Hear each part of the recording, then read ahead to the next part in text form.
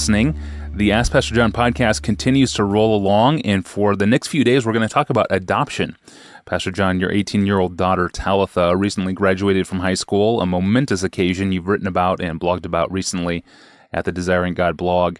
At this stage in her life and at this stage in your life, do you have any reflections about her story and about adoption in general?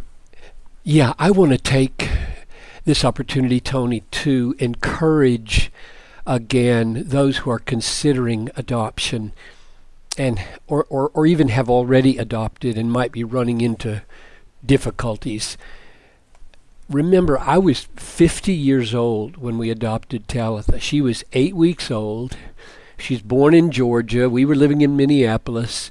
She was our only daughter. We raised 4 sons, only adopted child, only African-American child, and it was a closed adoption. We don't have any idea who her mother or her father are, and we would be totally fine if Talitha wanted to know who they are. But I just mentioned those facts to show that the challenges we were facing, they felt very significant to me. And the reason I feel like I want to encourage folks is not just because we overcame some of those obstacles like being 50 years old, but because the longer and the wider the culture of adoption becomes in our churches, the more stories multiply of great pain and great sorrow in these experiences. And I don't want to whitewash any of that. People need to have their eyes open.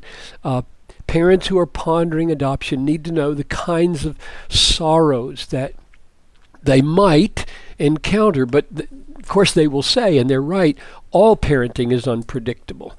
A biologically born child to a mom or dad may have huge physical or psychological issues. They may die early. They may be disabled in an accident. You may wind up caring for your child as long as you live, and that's quite apart from adoption. They may break your heart, turning away from your faith. They may experience divorce or professional catastrophe, and on and on and on. And parenting never stops. We thought, wow, we'll parent for 30 years and then we'll be done, and it's not true. So I just want to encourage those folks who are considering adoption that yes, you will encounter the possibilities of incredible and unbearable challenges.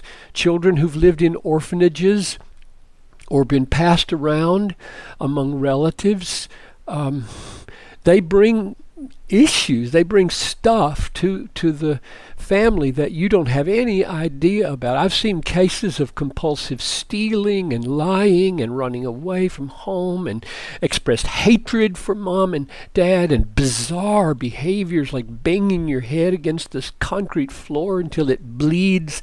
I mean, you're sometimes just, what have we gotten into? And everybody needs to know that whether it's a naturally born child or a naturally adopted child, that might be your lot. And when you embrace a child one way or the other, God expects you to fulfill your obligations, and yet sometimes it can't happen. I've seen disruptions that break everybody's heart, and I don't think the parents were wrong to do that kind of disruption. But the main thing I want to say is there are happy stories. And I want to make sure people hear happy stories, because there's so many of the other kind, I think. And Talitha, our daughter, is a happy story. And I'm not so naive as to think, well, it's over. She's home free at 18.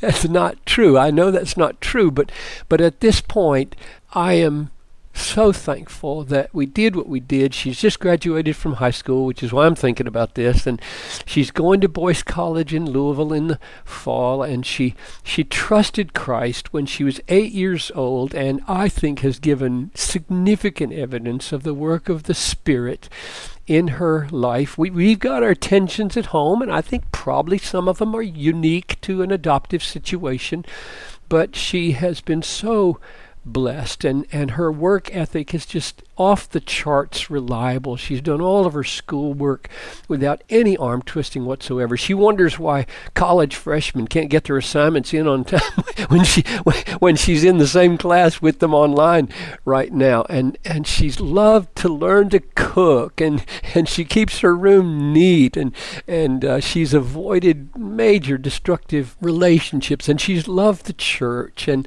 she's got wonderful deep friendships, and she and we are not perfect, and we're all growing to greater maturity, and that's necessary, but it's a good story, and people need to know that we don't look back with any regrets. I'm